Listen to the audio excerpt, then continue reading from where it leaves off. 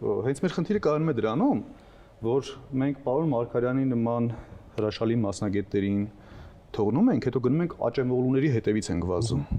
Այ առաջին խնդիրը դրանում է կայանում, որովհետև Հայաստանի Հանրապետությունը այդ թվում մարդկային ռեսուրսով է շատ հարուստ, ովքեր որ տեղում պատկերացնում են իրավիճակը, ոչ միայն գրականությունից ծաղկաքաղ են անում եւ գիտական աշխատանք են կազմում, այլ հողի վրա գիտեն ինչ է կատարում եւ ինչը պետք է փոխել ու որտեղ պետք է փոխել։ Շատ դրսի տնտեսագետներ ամենայն հարգանքով բոլորի գիտելիքների եւ անցած ճանապարհի հանդեպ, բայց գիտեք, տնտեսությունը այնպիսի բան չի, որ բոլոր երկրներում նույն բանաձևերը աշխատեն, չկա այդպիսի բան։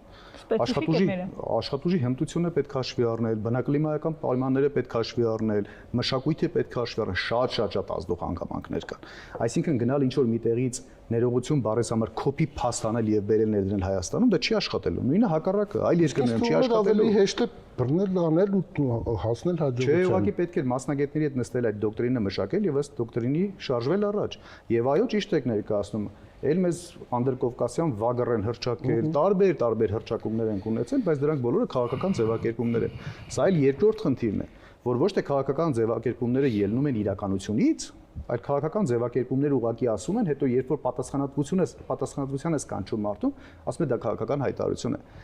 Յուրաքանչյուրը վերջապես պետք է գիտակցի խոսքի արժեքը, դա լինի քաղաքական խոսք, մասնագիտական խոսք, գիտական խոսք, էական չի, պետք է խոսքի տակ լինի հիմնավորվածություն, փաստարկ եւ յուրաքանչյուրը պետք է այդ խոսքի համար կարողանա պատասխանատվության ենթարկվել, կարողանա պատասխան տալ։ Այստեղից է գալիս։ Մենք երբևէ չենք եղել անդրկովկասյան վագար, մենք Հայաստանի Հանրապետությունը